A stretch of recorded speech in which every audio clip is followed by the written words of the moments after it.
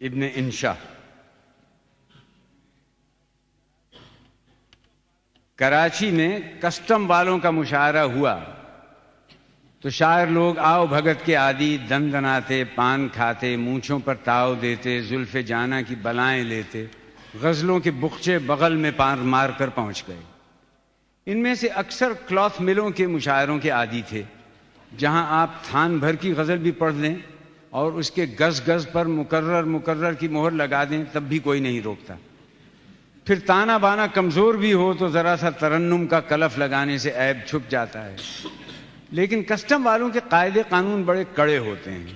منتظمین نے طے کر دیا تھا کہ ہر شاعر زیادہ سے زیادہ ایک غزل، وہ بھی لمبی بہر کی نہیں، درمیانہ بہر کی، بلا کسٹم محصول پڑھ سکے گا، جس کا حجم 5-7 شعر سے زیادہ نہ ہو.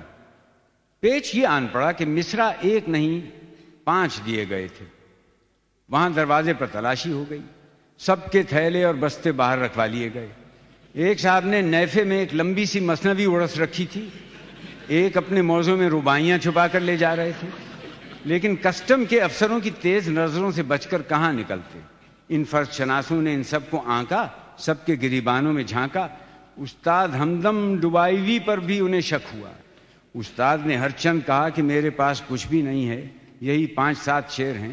لیکن کسٹم والوں نے ان کے کرتے کی لامبی آستین میں سے ان کے تازہ ترین دیوان مارے آستین کا ایک نسخہ برآمد کر ہی لیا.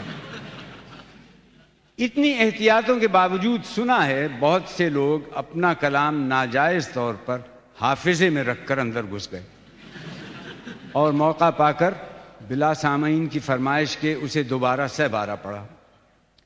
ہمارے کرم فرما ملک الشعراء گھڑیال فیروز آبادی نے ہمیں فون کیا کہ تم شاعر بھی گانٹ شاعر ہو، کیا اچھا موقع ہے، ایک غزل کہہ لو. گھڑیال صاحب نغز گو شاعر ہیں اور گھڑیوں کے تاجر ہیں.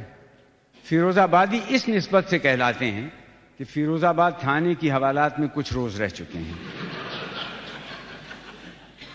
ہم نے عذر کیا کہ ہمارے پاس شعر کہنے کے لیے کسٹم والوں کا پرمٹ یا مشاعرے کا دعوت نامہ نہیں، لہٰذا مجبوری ہے. بولے اس کی فکر نہ کرو، میں تمہیں کسی نہ کسی طور پر سمگل کروا دوں گا. ہم نے کہا ہم کوئی گھڑی تھوڑا ہی ہیں.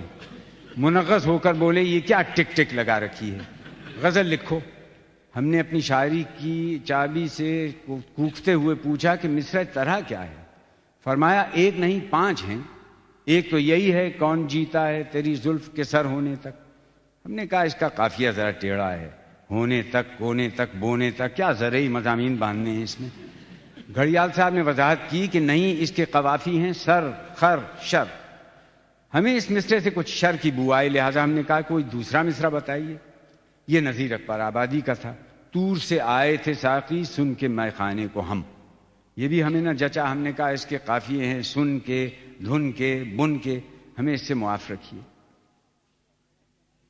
چوتھا اور 5واں مصرع طرح بھی ہماری طبع رواں کو پسند نہ آئے. بڑی ترکیب سے ہم نے ایک ایسی غزل تیار کی جو بیک وقت ان 5 بحروں اور 5 زمینوں میں سے تھی، اور ایک مصرع ایک بحر میں اور دوسرا دوسری بحر میں. ہمارا خیال تھا اس سے سبھی خوش ہوں گے، لیکن کوئی بھی نہ ہوا.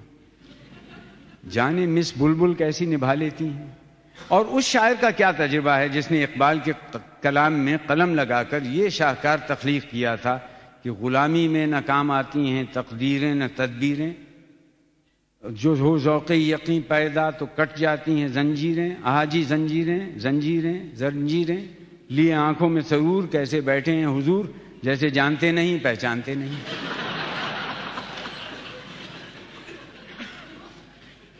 بعض محکمے شاعری سے زیادہ مناسبت رکھتے ہیں، بعض کم. ایکسائز یعنی آبکاری کی فضا شاعری کے لیے زیادہ موزوں معلوم ہوتی ہے. ہمارے دوست میاں مولا بخش ساقی نکودری پہلے اسی محکمے میں تھے. ایک روز کہیں ان کا ساقی نامہ کسی رسالے میں چھپا ہوا ان کے ڈائریکٹر صاحب نے دیکھ لیا. فوراً بلایا اور جواب طلب کیا کہ آپ سارے محکمے کے کام پر پانی پھیر رہے ہیں.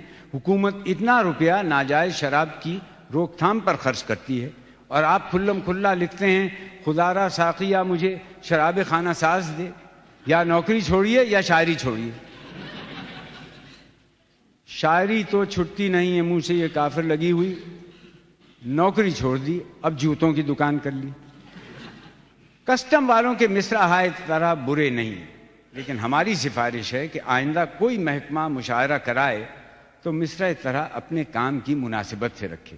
مثلا کسٹم کے مشاعرے کے لیے یہ مصرع زیادہ موزوں ہے، داور حشر میرا نامہ اعمال نہ دیکھ، یا حج کا ثواب نظر کروں گا حضور کی، یا جتنے عرصے میں میرا لپٹا ہوا بستر کھلا۔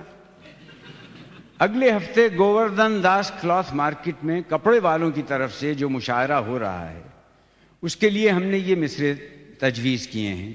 ہائے اس چار گرا کپڑے کی قسمت غالب، اندر کفن کے سر ہے تو باہر کفن کے پاؤں۔ دھوبی، ڈرائی کلینر، ٹیلر ماسٹر حضرات مشاعرہ کرائیں تو ان کے حسب مطلب بھی اساتذہ بہت کچھ کہہ گئے ہیں۔ دھوئے گئے ہم اتنے کے بس پاک ہو گئے، دامن نچوڑ دیں تو فرشتے وضو کریں، تیرے دل میں تو بہت کام رفو کا نکلا، دامن کو ذرا دیکھ، ذرا بند قبا دیکھ۔ ہمارے شاعروں نے بہت کچھ حکیموں، ڈاکٹروں اور عطائیوں کے بارے میں کہہ رکھا ہے۔ کل کلاں میڈیکل ایسوسی ایشن یا طبی کانفرنس والے یا جڑی بوٹی سنیاسی ٹوٹکا ایسوسی ایشن کے سیکرٹری سائیں اکثیر بخش کشتہ مشاعرہ کرائیں تو حسب ذیل تیر بہدف مصرے کام میں لا سکتے ہیں۔ یا الہی مٹ نہ جائے درد دل، پہلے تو روغن گل بھینس کے انڈے سے نکال، اور مریض عشق پر رحمت خدا کی۔ فیملی پلاننگ کے محکمے نے پچھلے دنوں ڈھیروں نظمیں لکھوائی ہیں جن میں سنا ہے بعض میں ایسی تاثیر ہے کہ کسی جوڑے کو پانی میں گھول کر پلا دیں تو نہ صرف ان کے بقیہ عمر کے لیے چھٹی ہو جائے بلکہ ان کی اگلی 5-7 نسلیں بھی لاولد ہو جائیں۔ ہمارے محکمہ زراعت، محکمہ جنگلات اور آبپاشی اور میلہ مویشیاں والے بھی ان کی دیکھا دیکھی شاعری کے فروغ میں پیش از پیش سرگرم نظر آتے ہیں۔ ابھی کل ہی محکمہ زراعت نے ہمیں ذیل کے مصرعے بھیجے ہیں۔ ذرا نم ہو تو یہ مٹی بہت زرخیز ہے ساقی، کھیتوں کو دے لو پانی اب بہہ رہی ہے گنگا۔ جنگلات والوں کی پسند ملاحظہ ہو، پتا پتا بوٹا بوٹا حال ہمارا جانے ہے، مجنوں جو مر گیا ہے تو صحرا اداس ہے۔ ایک مشاعرہ ہم ملتان کے چڑیا گھر میں پڑھ چکے ہیں جس کی طرح حسب ذیل تھیں۔ لاکھ طوطے کو پڑھایا پر وہ حیواں ہی رہا، کیا ہی کنڈل مار کر بیٹھا ہے جوڑا سانپ کا۔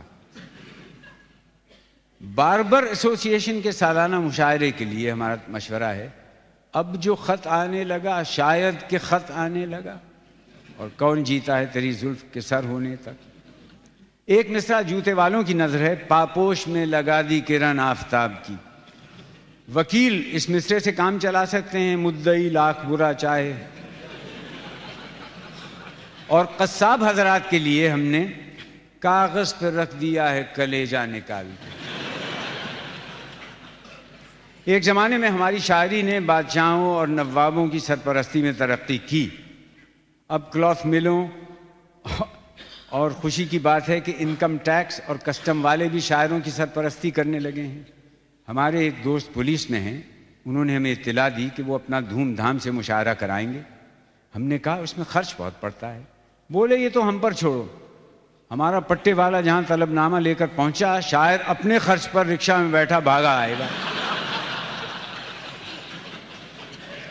کھانا اسے سامنے کے تندور میں مفت کھلائیں گے، اور شب بسری کے لیے جگہ ہماری حوالات میں اس سے بہتر کون سی ہو سکتی ہے۔ البتہ سنا ہے کہ مشاعرے میں ہوٹنگ وغیرہ کرتے ہیں۔ ہم نے کہا ہاں کرتے تو ہیں۔ بولے اچھا تو پھر آنسو گیس کا بھی انتظام رکھنا ہوگا۔ آپ آئیں گے مشاعرے میں یا بھیجوں لال پگڑی والے کو ہتھ کڑی ڈال کے؟